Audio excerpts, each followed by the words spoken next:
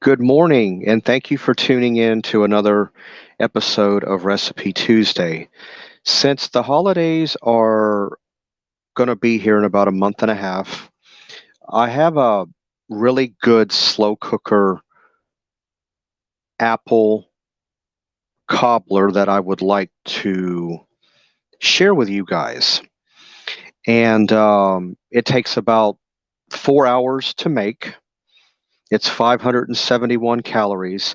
This particular one that I have here will serve up to 6 people. But to put it together is not that hard. There's really not that much to it. So what you're going to need to make it is this right here. 40 ounces of apple pie filling, which that is two 20-ounce cans. But if you're using a crock pot that's smaller than a 4.5 quart, then you only need one 20-ounce can. You'll need one 16-ounce box of white cake mix. I'm pretty sure if you wanted to go a different route, say yellow cake mix or something that might sound compatible, you could do that.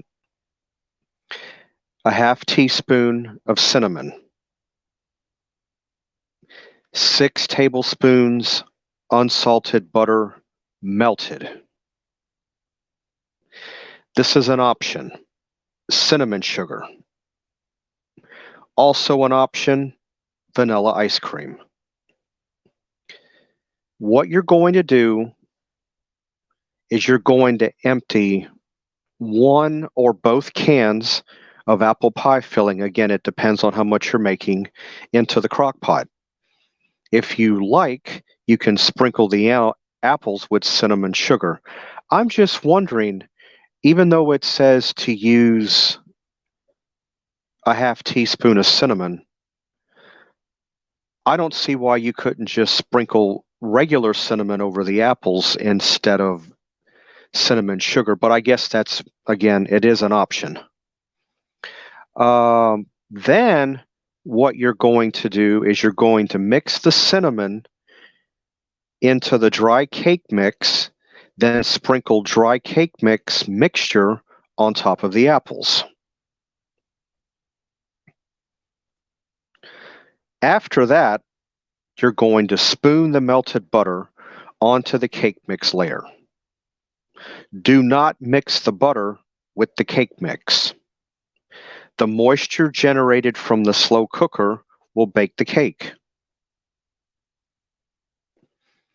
Cover and cook on high for 4 to 6 hours or on low for 6 hours.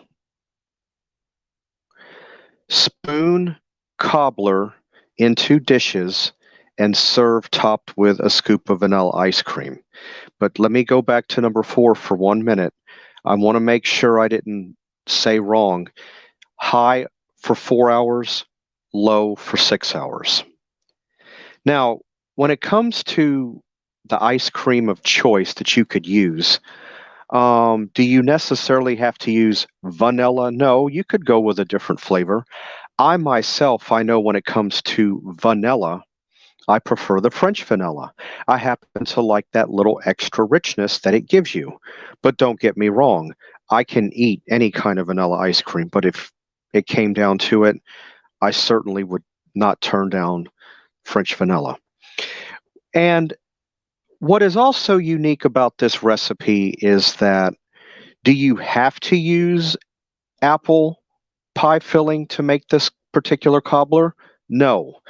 You could use cherry, you could do peach, lemon. Since the Thanksgiving is around, you might be able to get away with a pumpkin one. I don't know how well that would go over.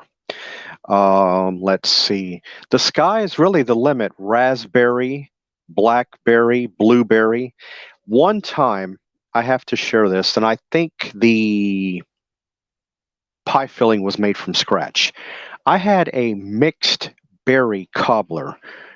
It was strawberry, blueberry, blackberry, and raspberry. It was all together. And it was very, very good. I liked how all of the berries, the flavor, the taste all married together.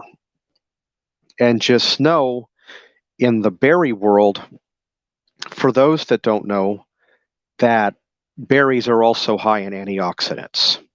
But I figure since the holidays are coming and I've done some Thanksgiving meal alternatives, did a couple of videos about that. One was an audio, the other one, the part two, was done with Jan. Jan from New York City Saves Money.